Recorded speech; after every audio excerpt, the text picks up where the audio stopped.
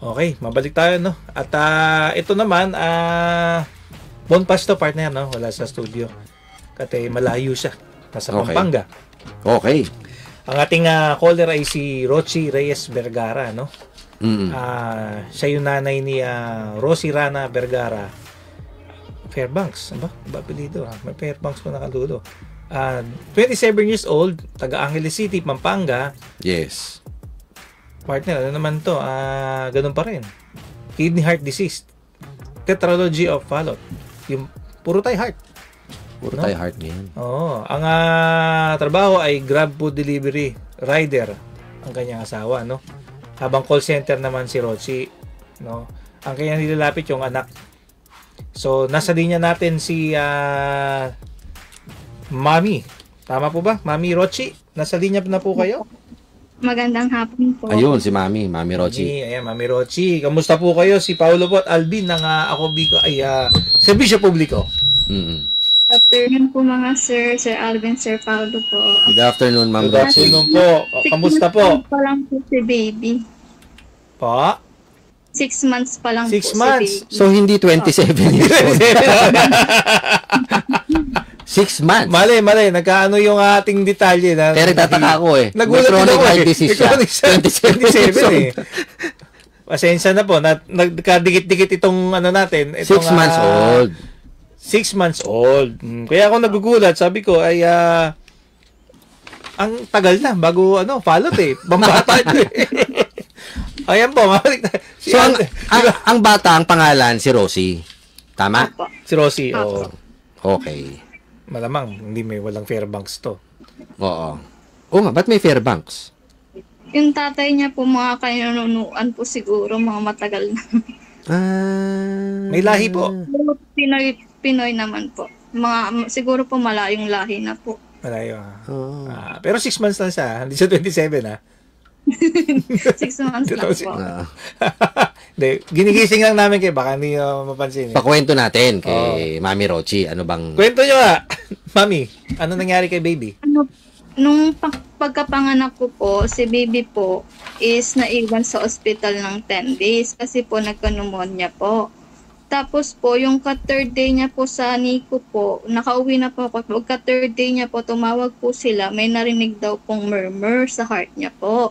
Tsaka po, sabi ng pedya namin, ipapa-2D echo po. Tapos yun po, ang lumabas sa 2D echo po is may butas po yung heart niya. Bukod sa butas, yung daluyan po ng oxygen niya is maliit po. Kaya nung pagka 3 months niya po, kailangan niya ma-emergency operation. Yung nilagyan po siya ng artificial na ugat po para po yung oxygen niya is tumaas. Kasi po, nag-30 po yung oxygen niya. Imbis po yung normal natin is 90, siya nag-30. Kaya delikado po. Baba. Opo. Mm. Kaya po pinaluwas po kami ng 3 months niya po. Tapos 3 months pa lang po siya, 3 beses na po siya nagka-pneumonia. Hindi po nawawala yung pneumonia niya, yung pala dahil sa puso niya na po yun. Okay. Kailangan pa po ng isang surgery pa po ngayong June 20 po, pangalawa niya po. Saan pong ulit? Saan ospital po si baby? Sa Philippine Heart Center po siya ooperahan po. Heart center din. Nasa heart center.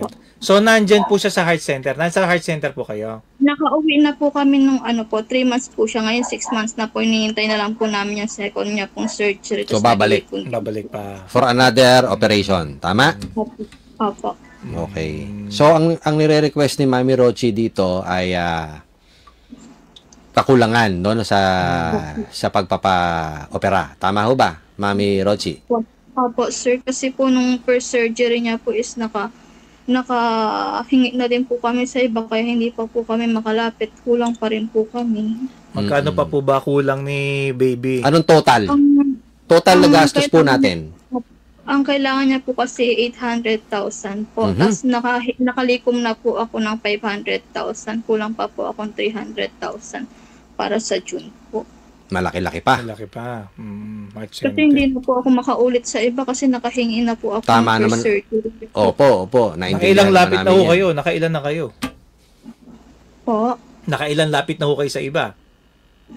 Yung iba po, pwede pong magdalawa kaso yung iba po, dapat 3 months pa po or isang beses lang po sila nagbibigay daw po. Tapos yung iba po on hold na po, kaya hindi na po kami makahingi. Tama naman po yan. Mami Rochi, yung nalikom ninyong budget or GL, Opo. sa tingin nyo, ang estima nyo, ilan ang nilapitan nyo para makakuha kayo ng ganong kalaking halaga na Sa GL? 500 po, may 30 na po. 30 na po yung nakalista ko mahigit. 30? 30 na nalapitan ninyo? Lapitan nyo 30. Opo, iba-iba. Meron po kasi nagbibigay yung iba-iba po yung amount nila. May Correct. pinakamababang po, 3,000 na GL lang po. Tama po, tama naman po. Ganun po talaga yung karamihan. Karamihan. Kaya, Yan po ang talagang proseso na, na mami. yes, Opo. ganun ang proseso. Tama yung ginagawa ni Mami Rochi, umiikot siya. Subalit, yun nga, yung pagbigay kasi ng amount ng GL, depende yan sa opisina, depende yan sa mga ano. Kaya yan ang nagiging problema ng ating mga kababayan, Paulo, kasi doon nagtatagal eh. So kung ang pasyente ay nangangailangan talaga ng agarang aksyon, solusyon yan, or operasyon, nagtatagal kasi nga sa kakulangan ng pera, kakulangan ng kakayanan para ipagamot yung kanilang pamilya, iikot ka sa kung kani-kaninong opisina, saan sa ang opisina yan, nagtatagal din, may proseso rin kasi naman yon. So, hindi naman lahat pare-parehas. oo. So, Mami Rochi, paano kayo nakalapit sa ating programa? Ano ang... Ano po, nakita ko po sa Facebook, tapos may mga iba pong mamis na natulungan niyo po. Kaya po... sa ano ho? nalaman Sa ko ospital? Sa Philippine Heart Center? po. May nagsabi ho sa inyo yung mga ibang mga mamis Ano na... po, meron po kasi kaming samahan ng mga mamis na group chat po, tapos sila po is natulungan niyo po. Marami po kayo natulungan sa kanila. Oo. So, yun nga yung mga naririnig natin na Paulo doon na marami na rin. Word of mouth kasi yan no? Pag man natulungan natin ng lubos yung isa, syempre gusto naman yung natulungan natin, i-share nila yon sa iba para makatulong din, diba? Tama naman Sa yun. pamamagitan ng ating programa ay matulungan, ano. So, Mami Rochi, malinaw naman dun sa ikinuwento ninyo na 300 pa yung kulang natin, ano? Opo Kasi, wala na po kasi makukuhanan ng iba Mami, imagine niyo, nire-request niyo, kalahati 30. So kung another kalahati naman, 30 na naman lalapitan niya partner.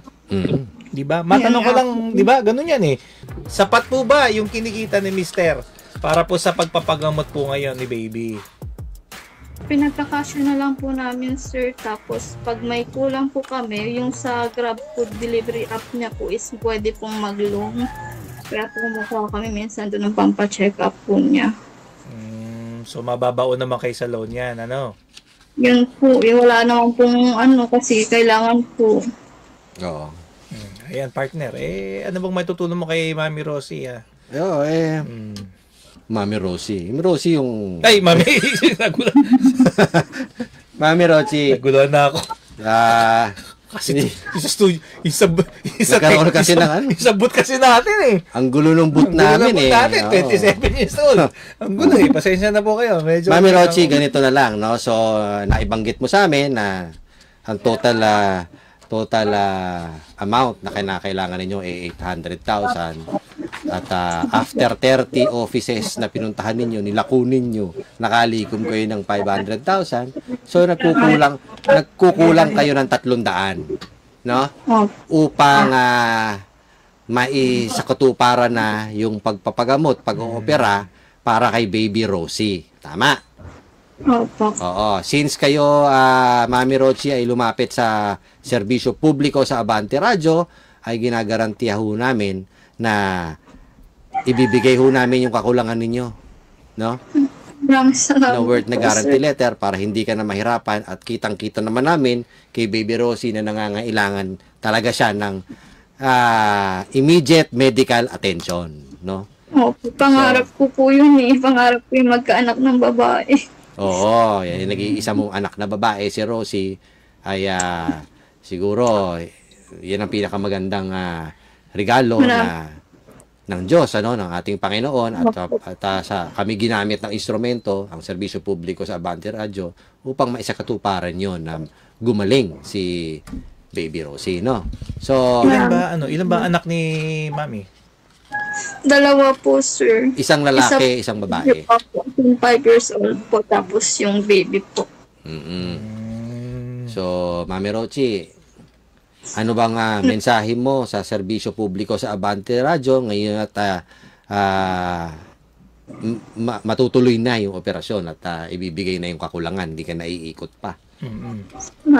Una-una po, gusto ko po magpasalamat sa inyo, Sir Paulo and Sir Alvin po, sa tulong niyo po sa serbisyo publiko sa Abante Radio po. Maraming salamat po sa Ako Bicol.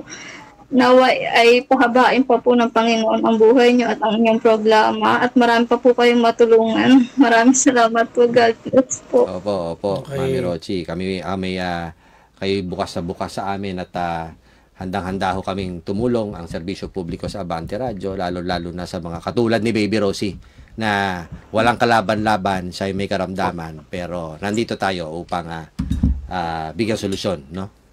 At agarang solusyon para magamot na siya, no? Maraming salamat po talaga, sir. Sige, Mami Rochi. Okay. Diyos mabalos. God bless you po. Salamat po. Tabayanan po ninyo ang aming staff, no? Para maayos po natin yung lahat yan, okay? Maraming salamat po. Salamat Sige po, po, Mami. sige po. Salamat. Okay. Okay. Isang oras. Okay.